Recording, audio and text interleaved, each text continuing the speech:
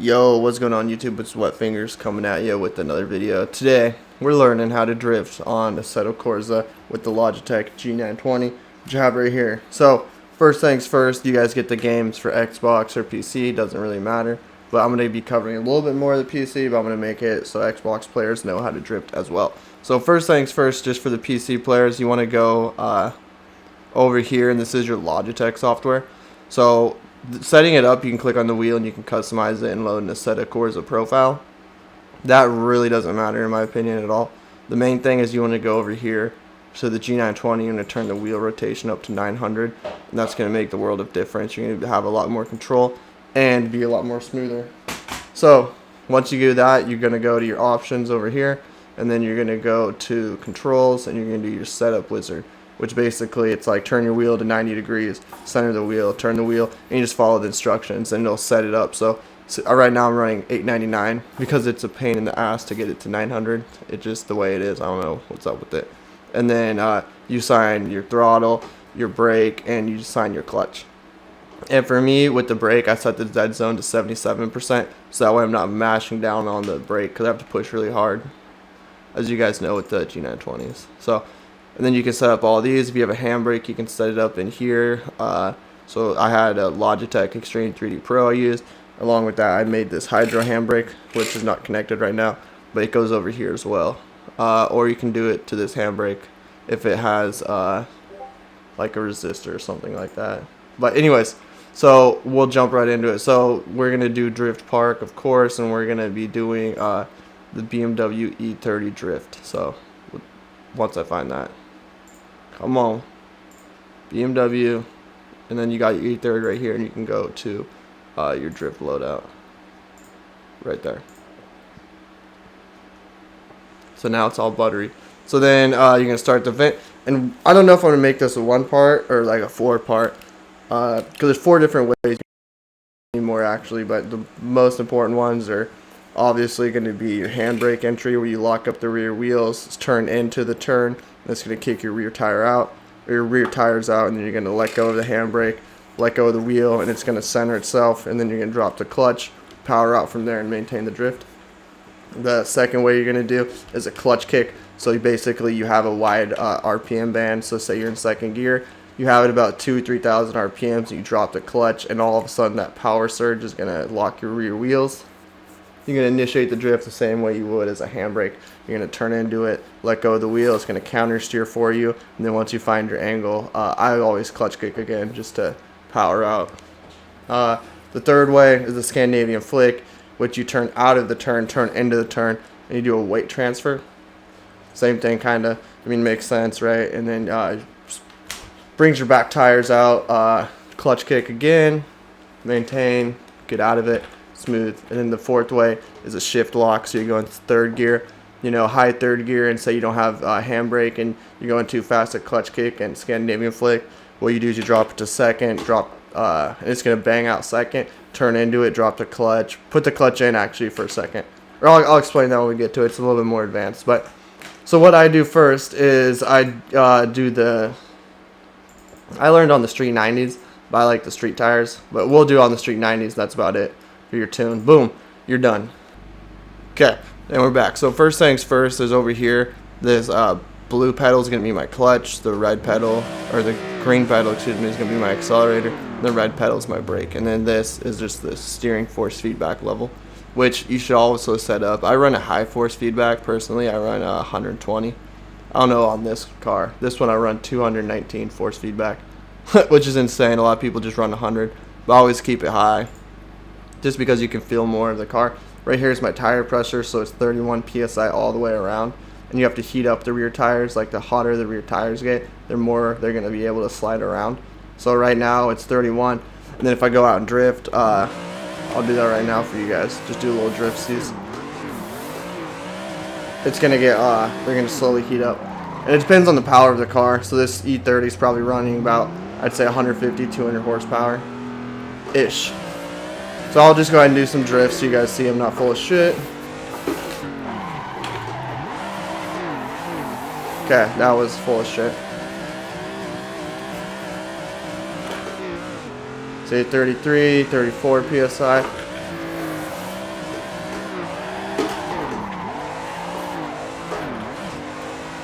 close to the wall. And my rear tires are still pretty cold, so it's not going to be that good of drift because it wants to straighten out a lot more, and the rear end isn't that slidable.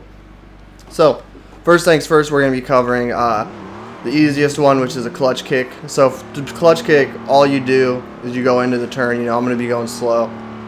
We'll go 30 miles an hour. Go into the turn, rev it up, turn into it, drop the clutch, let go of the wheel, and then you maintain from there. And it's counter steering. So you ever seen the Cars movie? It's like turn right to go left and stuff like that. That's exactly how it is. Once you get into the turn and you like the angle you get, it's honestly you just steer into it, and you use the throttle to maintain your angle. So if you're getting too little of angle, you know, mash on the throttle or do a quick clutch kick.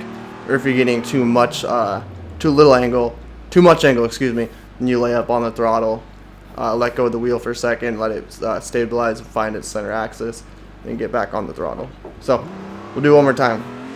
You're going in here, say, right, we'll go 30 miles an hour, rev it up, right, turn into it, drop the clutch, let go of the wheel. And it's like, you see how little movement I'm doing? It's super smooth movement. The smoother you are, the more control you're going to have over the car, because if you're going everywhere like that, the car can't really balance and find its center axis and find like the sweet spot. So we'll do one more time here. We'll go like 30 miles an hour ish, rev it up, drop the clutch, and see if I'm like wild like this. It makes it a lot, or I can't do it, but yeah, anyways, it makes it a lot harder to drift. It's all about being smooth with the throttle. And once you get to your max angle, you can mash on it and just adjust with your sorry, I'm getting like hella text. And then you can just adjust with your wheel. So the next way is a Scandinavian flick. Basically the same thing. Turn left and turn right. Do a little clutch kick action in between.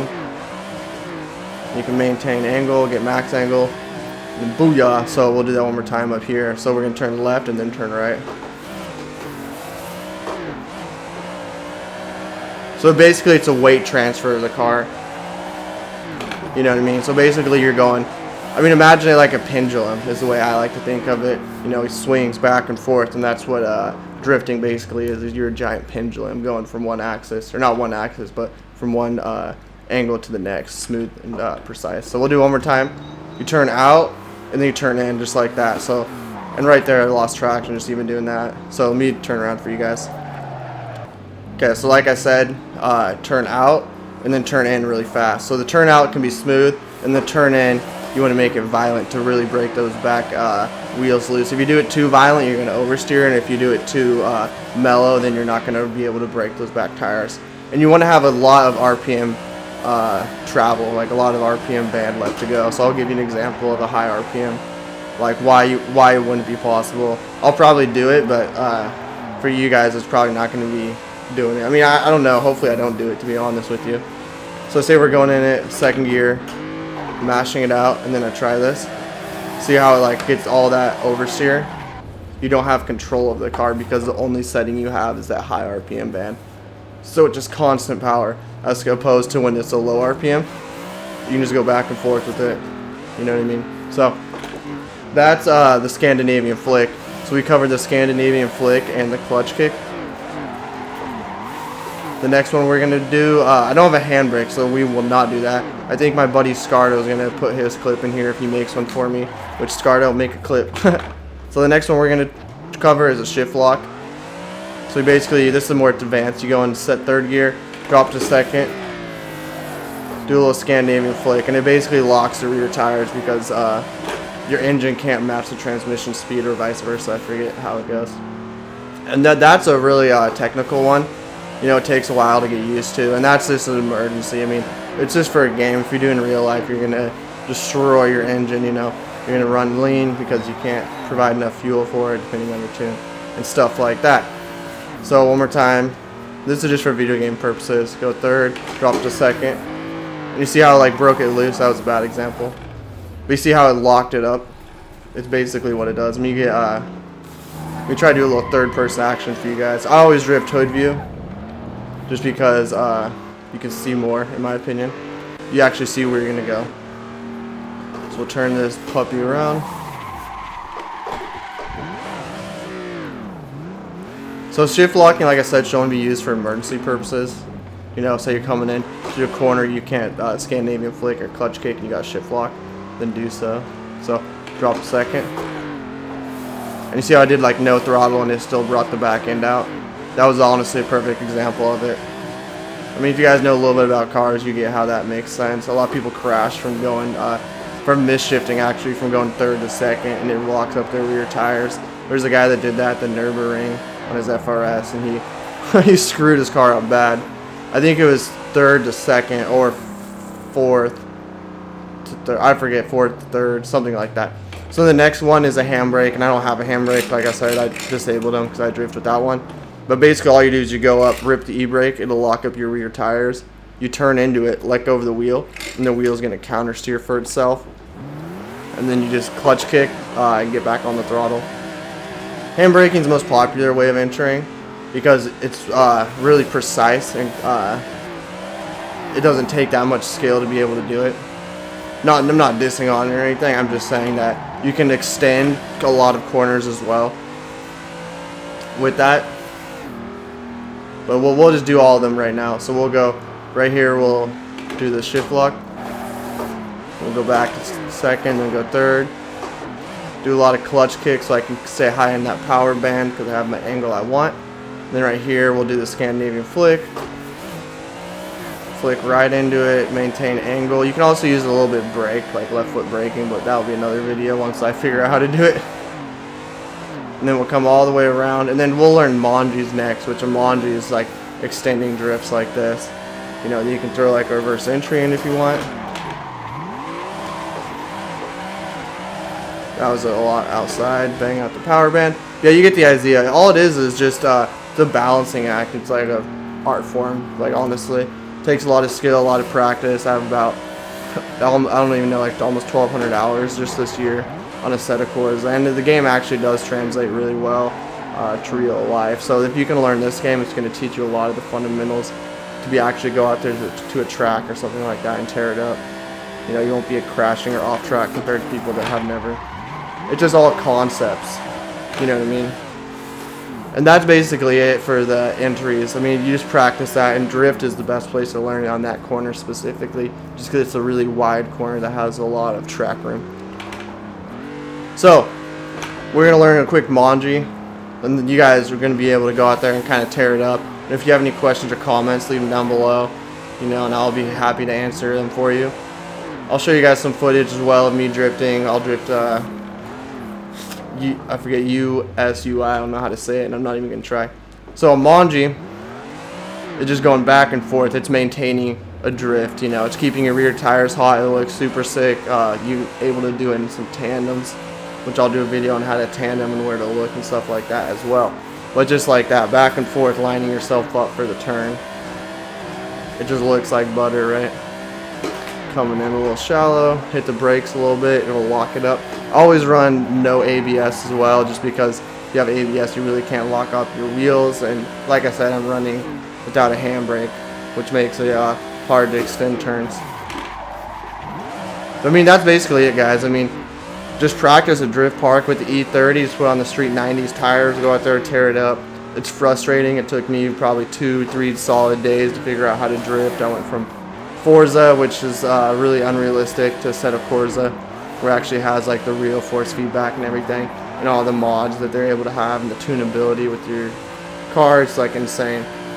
So I highly recommend Assetto Corsa if you guys are trying to pick a good drifting sim. I mean, it's not like real life, but it's the closest thing you're excuse me, gonna be able to get. So yeah, that's about it. To Monji though, I never explained that. To Monji, what you're gonna do is you're gonna turn on the outside and inside. It's basically just drifting left and right, and I always lay up on the throttle a little bit. That way I can get the momentum to kick it back. So say I'm going left to right, you know, I want to, in between that transition at like the 0 degree mark, I want to give it a little clutch kick just to help motivate the car to turn. So see how I kind of lifted there, and it's going to make sure you're not oversteering as well, which is a common issue with Monjing. So with this car, all I do, turbo 100 and engine limiter 108, just because of sound. Sounds insane. Okay. So let's see if I can.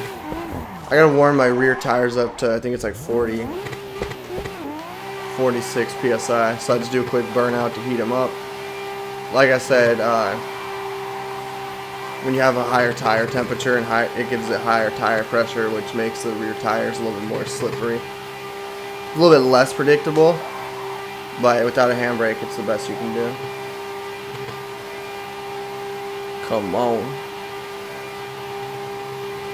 46, there we go. And this is just a second gear track. It's like a toe gear track. It's just kind of show you guys that I actually know what I'm talking about. And like I said, I haven't played in a while, so it's not going to be the cleanest.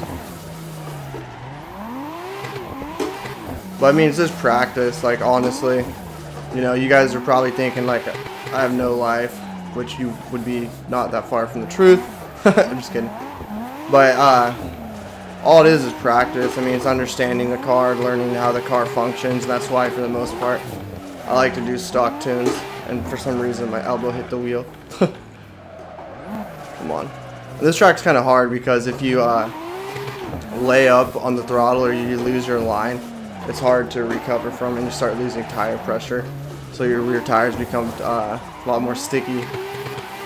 So then you have to readjust for that and figure out your new line from the tires. I mean, even 1 psi I can feel makes a difference. That's just me. It is a lot harder to drift the GoPro on my chest as well. You guys are actually subscribers and stuff like that, you know I always rant about that.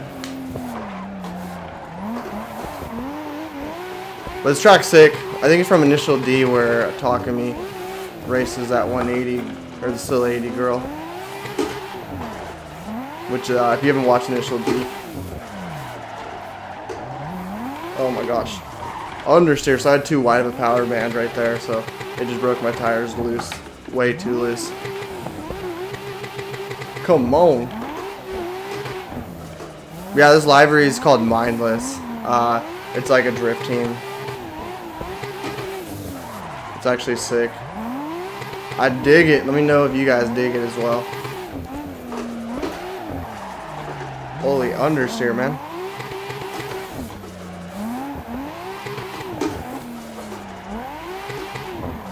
And it's like, this track's cool too because it's so long, it's hard to remember where everything is. It's just like you gotta really get your nose close. I know this is the third gear part and I always hit this wall. Oh man, that was the outside. Yeah, it's fun to go through here and do like tandems and stuff like that. It sounds a lot harder than it is. It's not, oh shit, it's not too bad. Oh my gosh, I'm blowing it right now. I do have like 1,000 dead pixels as well on my TV. Which I don't know if you guys are able to see that. It makes it kind of disorienting the more and more pixels I get. But we'll just go through, try to rip it up. I should have got a pedal cam going, but for some reason my computer can't handle when I do that, even though it's a pretty sick computer. So see, I laid off throttle right there because I knew the car was going to do that from the tire pressure and the angle I threw it in at. Oh my gosh. So I'm going to end the video here in like a minute. Next like real crash right here, I'm going to do a little shift lock just to get it thrown out. And then I know it's coming up, it's like I always crash on this. This might do another shift lock. Too hot. Oh man. Come on. I just want to do a good section. Like I'm drifting this horribly right now. But like I said, I haven't played in 4 days. Always ride that inside line with Toge as well because it's a lot more predictable than being on the outside. Yeah, right here is a good area a lot of people mess up. You can actually take that inside grass line.